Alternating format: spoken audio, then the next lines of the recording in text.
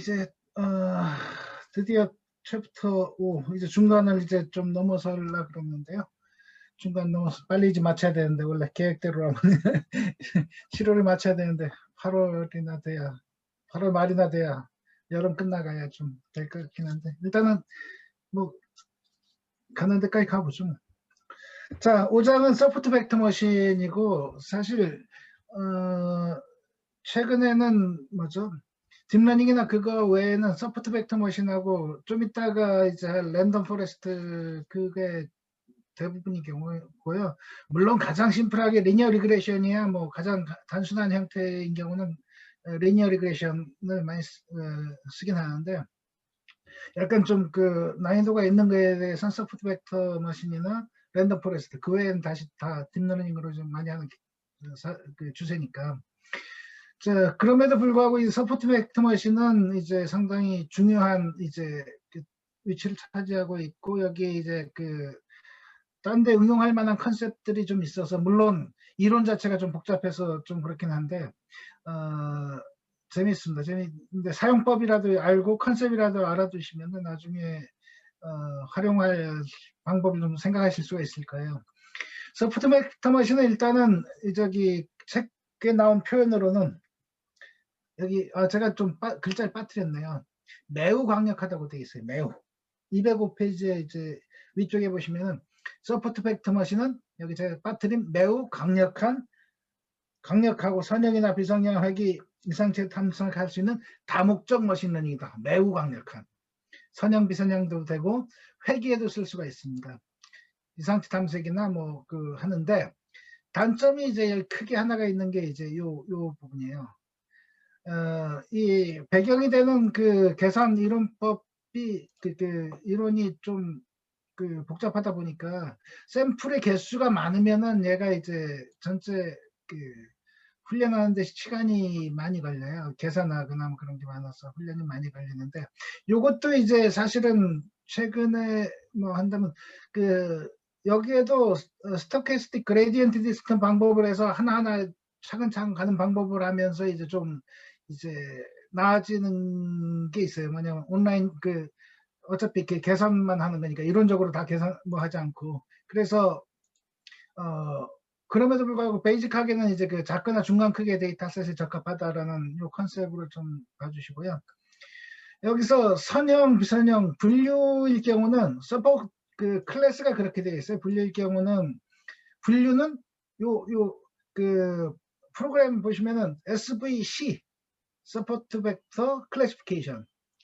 그 다음에 회귀인 경우는 SVR 서포트 벡터 리그레서 SVR 그렇게 이제 프로그래밍 상에서 이제 보시면 되고 전체 그 챕터가 길진 않은데요. 서포트 벡터 머신이 205페이지부터 여기 244페이지까지니까 한 40페이지 되나요? 40페이지 좀 안 되는 건데 내용이 이제 많고 사실 여기에 복잡한 부분들을 많이 생략을 했어요. 그 너무는 아마 진도가 안 나갈 거예요. 예, 서포트 벡터 머신만 해도 뭐 책 하나가 뭐 거의 될 것 같은데, 예, 전체 구성은 이제 선형 쉬운 거, 선형 그 서포트 SVM 분류, 그러니까 클래시피케이션, 그 다음에 선형이 아닐 때 분류, 클래시피케이션, 그리고 회귀의 서포트 벡터 머신을 어떻게 쓰냐라는 거하고, 요 파트가 그 문제인데, 서포트 벡터 머신 이론. 요 부분이 이제 사실은 설명하기가 좀 까다롭고 여기 그 아마 웬만큼 읽으셔갖고는 이게 이해가 안 되는 부분이 많을 거예요. 그래서 이 부분은 주로 컨셉 위주로 많이 얘기 드리고 이제 마무리로 지나가야 될 것 같고요. 자, 연습 문제, 그럼에도 불구하고 5장 연습 문제들이 또 재미있습니다. 그 연습 문제를 읽어보시면 서포트 벡터 머신에 대한 이제 그 제가 읽어보라고 말씀드렸나요? 풀어보시면은 이제 서포트 벡터 머신에 대한 이제 그 컨셉을 좀 더 잘 잡으실 수 있을 거예요. 물론 이해가 잘 모르겠으면 답을 보셔서 다시 한번 거꾸로 이해하는 것도 괜찮은 생각입니다. 그럼 맨 앞에 이제 서포트 벡터 머신을 갖고 분류하는 거, 클래시피케이션 하는 거를 좀 볼 텐데요. 이 소프트 벡터 머신의 기본 아이디어라는 거는, 이 기본 아이디어라는 건 책에도 이제 나와 있는데, 책에 나와 있는 그대로 이제 읽어보자면은, 이제 그 두 개를 분류할 때 그 두 개 사이에 도로를 찾는데 가장 폭이 넓은 도로를 찾는 거다라고 이제 얘기를 하고 있습니다. 그러면은 여기 그 맨 앞에 나와 있는 요 그림에서, 책에 나와 있는 요 그림에서 어느 선으로가, 어느 그 도로가 이제 그 폭이 가장 넓으냐. 일단 첫 번째 요 점선은, 이거는 웃기는 얘기죠. 이걸 선택하긴 안 되는 거고. 요거는 이제 파란색이랑 얘를 이제 뭐 세토사랑 베지 컬러를 구분을 하죠. 얘도 구분하고요. 그러면 여기서 얘를 할 거냐, 얘를 할 거냐, 얘를 할 거냐, 얘를 할 거냐. 둘 다 적절하지 않다는 거예요. 가장 서포트 벡터 머신의 이제 그 컨셉은 여기에 얘랑 얘의 가장 그 앞첨단, 맨 앞에 있는 놈을, 요걸 이름을 서포트 벡터라고 부르는 거죠. 얘를 지지하는 요 두 벡터, 요 두 벡터가 이제 도로가 되는 거죠. 도로. 요게 가장 커지도록, 요 도로가 가장 커지도록 이제 하는 거죠. 두 개 그 서포트 벡터 사이 면적이 가장 커지도록 하는 거죠. 이 라지 마진 클래시피케이션이라고 해서. 그러면 요 상태에서는 벡터 요 두 개를 만들어서 이제 요 도로를 만들면은 가장 이제 큰 도로가 되겠죠. 그래서 요걸 찾으려고 하는 거예요. 근데 문제가 좀 있죠. 문제가. 첫 번째 문제는 예를 들고 있는 게, 만약에 이게 샘플이란 게 노이즈가 항상 들어가니까, 노이즈가 들어가고 또 뭐 표준 정규분포를 뭐 하더라도 이제 그 정규분포상에서 좀 끝점들은 항상 생기는 거니까, 이 아웃라이어가 하나 딱 생겼어요. 그러면은 얘가 뭐죠? 세토사하고 베지 컬러 중에 이제 그 세토사가 보통 이제 페탈 랭스 작고 페탈 위스 작은데, 이 도련베이처럼 이제 세토사면서 큰 놈이 하나 있어요.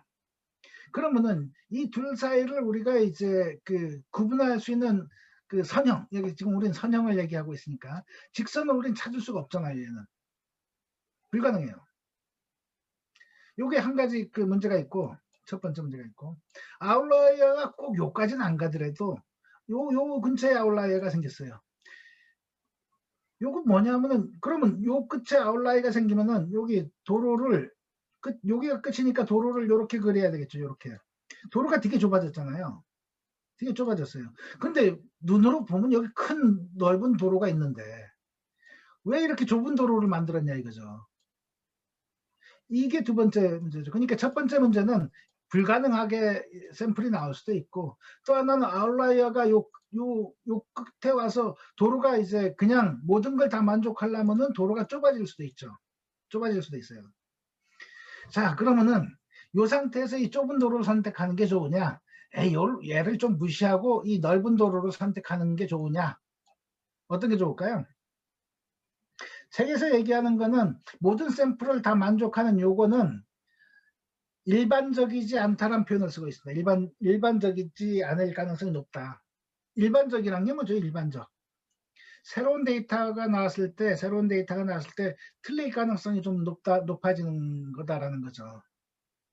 그래서 일반적으로 잘 적용된다. 그러면 새로운 데이터들 왔을 때 좀 적용이 이제 아웃라이어가 아닌 데이터들에 대한 적용이, 아웃라이어 하나밖에, 데이터 하나일 뿐이니까 요 아웃라이어가 나올 확률은 작은 거죠. 일반적으로.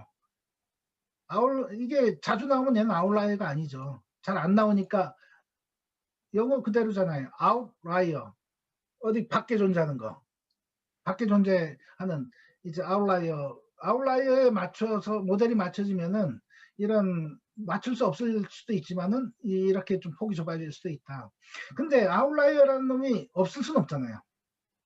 없을 수는 없기 때문에 얘를 어떻게 핸들링 할 거냐 라는 게 이제 한 가지 문제가 있고, 얘를 핸들링하는 방법이 이제 여기 하드 마진하고 소프트 마진이죠. 하드 마진은 아웃라이어가 있으면 안 돼 라고 하는 순간 요런 건 이제 그 불가능하게 되는 거고, 그다음에 여기서는 좁아지게 되고, 소프트 마진은 뭐냐면은 몇 개는 좀 무시하자, 어느 정도까지 좀 무시하자 라고 해서 이런 것들의 영향력을 낮추는 거죠. 낮추면은 이제 이럼에도 불구하고 얘가 존재하든 또는 얘가 존재하든 이 넓은 폭의 도로를 찾아봐. 몇 개는 어느 정도 이제 그 무시하면서 좀 찾아봐. 라고 이제 할 수가 있죠. 그래서 그럴 때 맞은 오류가 생기겠죠. 맞은 오류. 예, 그러니까 요렇게 그 판별을 했을 때 틀리는 경우가 생기겠죠. 틀리는 건데 얼마나 틀려도 이제 용인해 줄 거냐라는 걸 이제 선택을 하게 됩니다. 그 다음에 소프트 벡터 머신 같은 경우는 이제 또 이 스케일링에 좀 민감해요. 여기 민감한 게 그 스케일링이란 게 뭐죠? 이빨에 뭐 하는 스케일링 말고요. 크기를 맞춰주는 거죠. 크기 맞춰주는 게 여기 요거는 스케일링이 안 됐을 때고 여기는 스케일링이 됐을 때 책이 이제 나오고 있는데 X0하고 X1의 이제 범위 여기 보면 X1인 경우는 0에서 100까지 그 변하고 X0인 경우는 0에서 6까지 변하니까 한 10배 정도 차이가 나죠. 10배 정도 차이가 나다 보니까 여기 X1이 이제 그 변한 거에 대해서는 덜 민감해져 버리잖아요. 둔감해져 버리잖아요. 근데 얘랑 얘의 이제 스케일을 맞추면 이런 그림이 되고 이제 요 폭이 도로 폭이 이제 많이 넓어지는 걸 이제 볼 수가 있죠.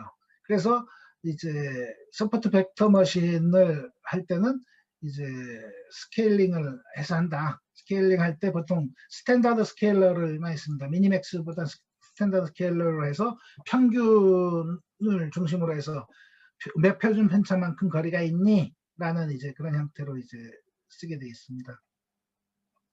그 다음에 여기 밑에 보시면은 여기 C라는 놈이 있는데 C가 이제 그 소프트 마진 그러니까 오류를 이제 포함하고 했을 때 그 오류를 얼마나 용인해 줄 거니 얼마나 민감하게 반응할 거니라는 이제 그런 거고 뭐 규제라고 하는데 앞에서 나왔던 규제는 뭐죠? 그 우리가 에런 규제, L2 규제가 그 에런 규제, L2 규제가 크면 어떻게 되나요?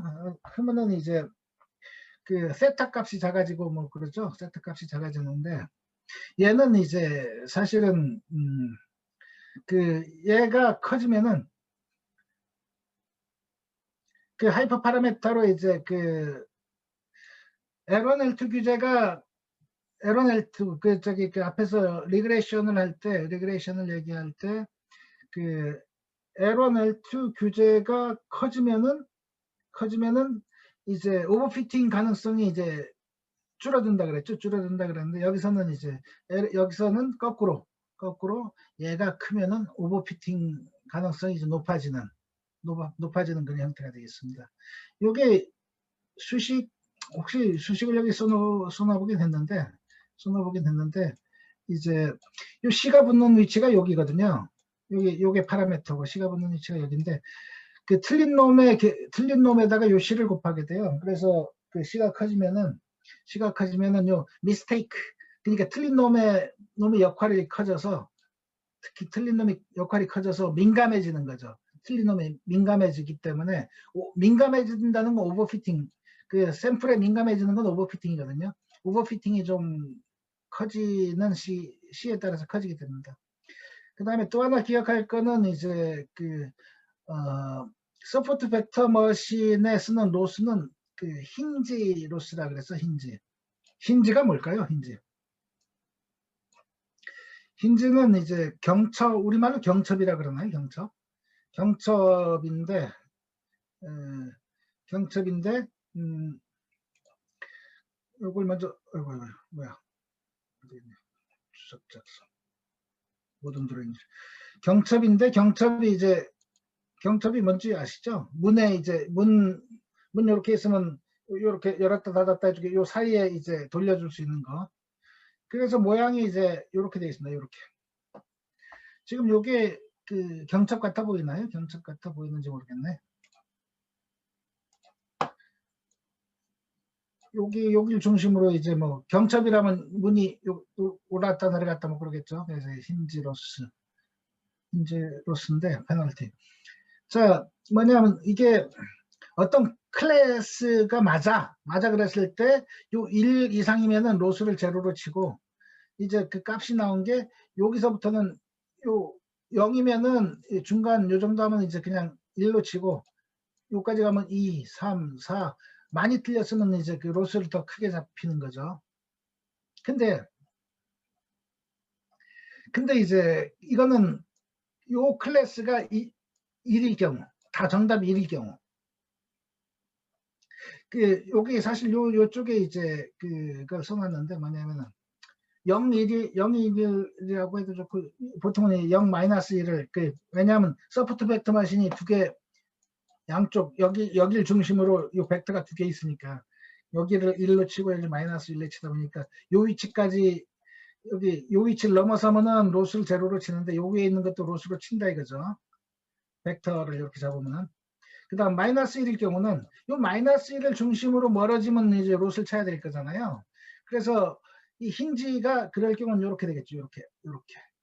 마이너스에 대한 힌지로서는 이렇게 되고 플러스 1에 대한 힌지로서는 이렇게 되고. 그래서 액츄얼 값이 이제 그러니까 레이블링 된 게 1이고 예측을 얘가 0.97로 했으면 로스는 이제 0.03이고 충분한 이제 값 1.20으로 했으면 빵이고 1.30, 1.40 다 빵이고 그 다음에 빵이면은 1이고 이제 그 수치값이 예측한 요 값이 이제 요 값이 이제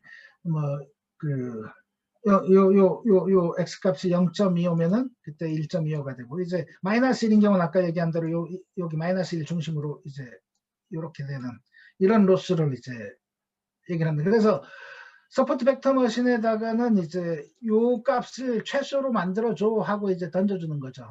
요 값을 힌지 로스를 최소화하게 만들어줘 라고 이제 던져주게 되어 있습니다. 320페이지까지 이제 샘플 한번 보면서 요거를 이제 하는데 샘플 자체는 어렵지 않을 텐데 어디 갔냐 샘플이 어이구 지나버렸다.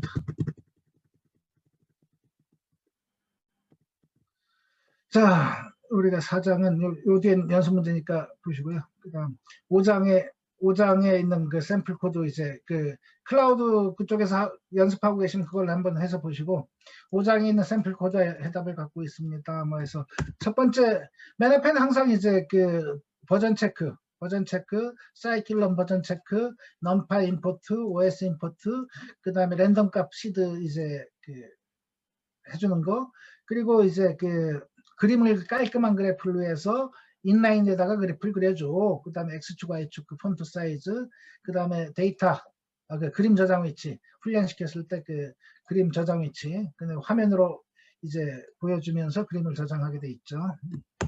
자, 요 하고 여기서부터 이제 샘플 코드를 텐데 몇 개 셀은 앞부분에 그래프를 만들어주는 거라 그랬네요. 그 다음에 실제 코드는 그러니까 그래프 앞에 책에 나와 있는 그래프들을 한번 만들어보죠. 뭐 서포트 벡터 머신의 데이터 섹터사가 이제 요거는 이제 요쪽 아까 책에 나온 대로 얘들은 이제 올바른 게 아니라 요게 이제 요쪽에 있는 게 서포트 벡터 머신에 돌려서 나온 서포트 벡터고 요 서포트 벡터야 라고 비교해 주는 그래프고 그 다음에 스케일에 민감하다는 그 그래프 그리기를 해주면 언스케일 된 거랑 스케일 된 거에 서포트 벡터 결과를 나오고요. 자, 그 다음에 아웃라이어에 대해서 아까 그래프 나온 그대로 아웃라이어가 있을 때 요 경우는 이제 하드 마진인 경우 임파서블하고 요걸 하드 마진으로 하면 요 도로폭이 너무 작아진다. 그래서 소프트 마진 같은 거 써야 된다. 라는 얘기를 하기 위한 그래프를 여기까지 이제 그려준 거고요. 여기서부터가 이제 실제 208페이지에 나와 있는 코드입니다.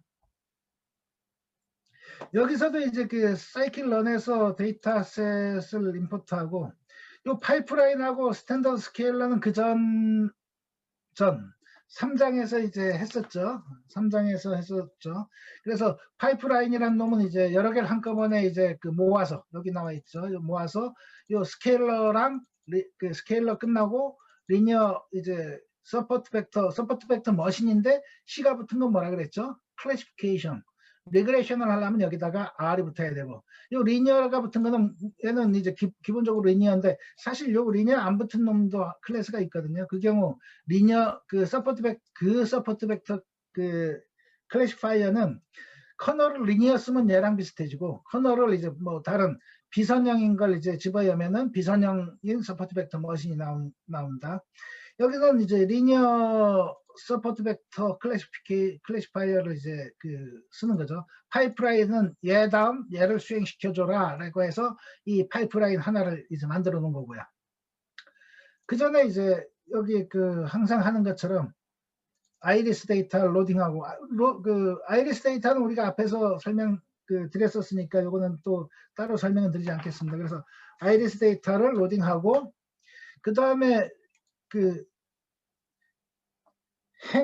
행열인데 열이 몇 개 있었죠? 아이리스 데이터에 피처의 열이 0, 1, 2, 3 있었습니다.